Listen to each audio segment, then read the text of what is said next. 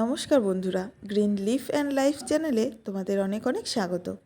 বন্ধুরা, অ্যাডেনিয়ামের গাছ থেকে ফুল পেতে আমরা সকলেই পছন্দ করি। এই গাছটি আরেকটি পছন্দের কারণ হলো এর মোটা কর্ডেক্স।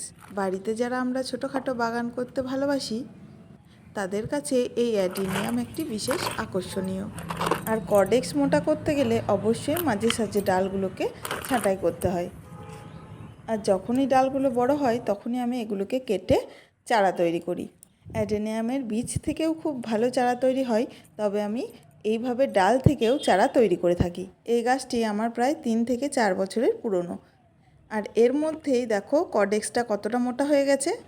মূলত গ্রীষ্মকালীন ফুল হলেও প্রায় সারা বছরই এটা থেকে দুটো একটা ফুল আমি পেয়ে থাকি। মাঝে মাঝেই এইভাবে ডাল থেকে আমি চারা তৈরি করে সফল হয়েছি, তাই ভাবলাম তোমাদের সাথেও একটু এই পদ্ধতিটা শেয়ার করি। যদি তোমাদের বাড়িতেও এইরকম অ্যাডেনিয়ামের পুরানো গাছ থাকে তাহলে অবশ্যই তোমরা এটা থেকে চারা তৈরি করো। আর বিভিন্ন রকম চারা তৈরির জন্য এইটাই আদর্শ সময়।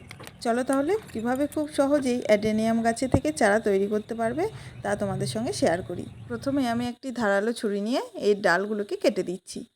ছুরিটা ধারালো নেওয়ার সাথে সাথে একটুখানি স্যানিটাইজ ব্যবহার করে নিয়ে জীবাণুমুক্ত করে নিলে ভালো হয়। দেখো বেশ কয়েকটি ডাল আমি এখানে কেটে ফেলেছি।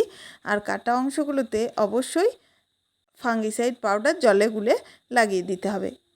আমি এখানে ন্যাচারাল ফাঙ্গিসাইড হিসাবে অ্যালোভেরার রসটা ব্যবহার করছি। ফাঙ্গিসাইড পাউডার যদি বাড়িতে থাকে তাহলে সেটা ব্যবহার করতে পারো, নাহলে আমার মতো এইভাবে অ্যালোভেরার রসটাও লাগিয়ে নিতে পারো। আর কেটে রাখা সমস্ত ডাল থেকে আমি পাতাগুলো একটু একটু করে কেটে দিচ্ছি। সামনের দিকে একটুখানি পাতা রেখে দেবো, বাকি নিচের দিকে যতগুলো পাতা আছে সবগুলো কেটে ফেলবো। ডালগুলিকে তৈরি করে নেওয়ার পর মাধ্যম হিসেবে ব্যবহার করছি বালি। এই বালির মাধ্যমেই চারাগুলিকে তৈরি করে নেব। নদীর সাদা বালিতে বেশ কিছুটা ফাঙ্গিসাইড মিশিয়ে আগেই শুকিয়ে রেখেছিলাম। এখন এবার চারাগুলির গোড়ার দিকে অ্যালোভেরার রস মাখিয়ে নিয়ে বালির উপরে বসিয়ে দিচ্ছি। একটা সাদা কন্টেনারের উপর আমি বালিটা রেখে তার উপরে চারাগুলো বসালাম। তোমরা চাইলে একটা টবও ব্যবহার করতে পারো, অথবা যে কোনো গ্রো ব্যাগেও এইভাবে চারা তৈরি করা যায়। আর ফুলটা এতটাই ভালো লাগছিল, কেটে ফেলার পরেও ডালের ওপর বসিয়ে বারবার দেখছিলাম। এই অ্যাডেনিয়ামের বিভিন্ন রকমের ভ্যারাইটির ফুল পাওয়া যায়। আমার কাছে হালকা গোলাপি যে রঙটি হয় সেই রঙের গাছটি আছে। ডালগুলি বসিয়ে ফেলার পর খুব ভালোভাবে জল দিয়ে দিচ্ছি। আর পাশে যে প্লাস্টিকের গ্লাসের মধ্যে আর একটি চারা দেখতে পাচ্ছ, সেটা কিন্তু আমি ডাল থেকে এইভাবেই তৈরি করে নিয়েছি। আর এই গাছের কর্ডেক্স দেখলেই তোমরা বুঝতে পারবে যে গাছটি কতদিনের পুরানো। যে গাছের কর্ডেক্স যত মোটা সেই গাছটি তত বেশি পুরনো। এখন এটাকে আইসিইউ পদ্ধতিতে আমি বেশ কয়েকদিনের জন্য রেখে দেব।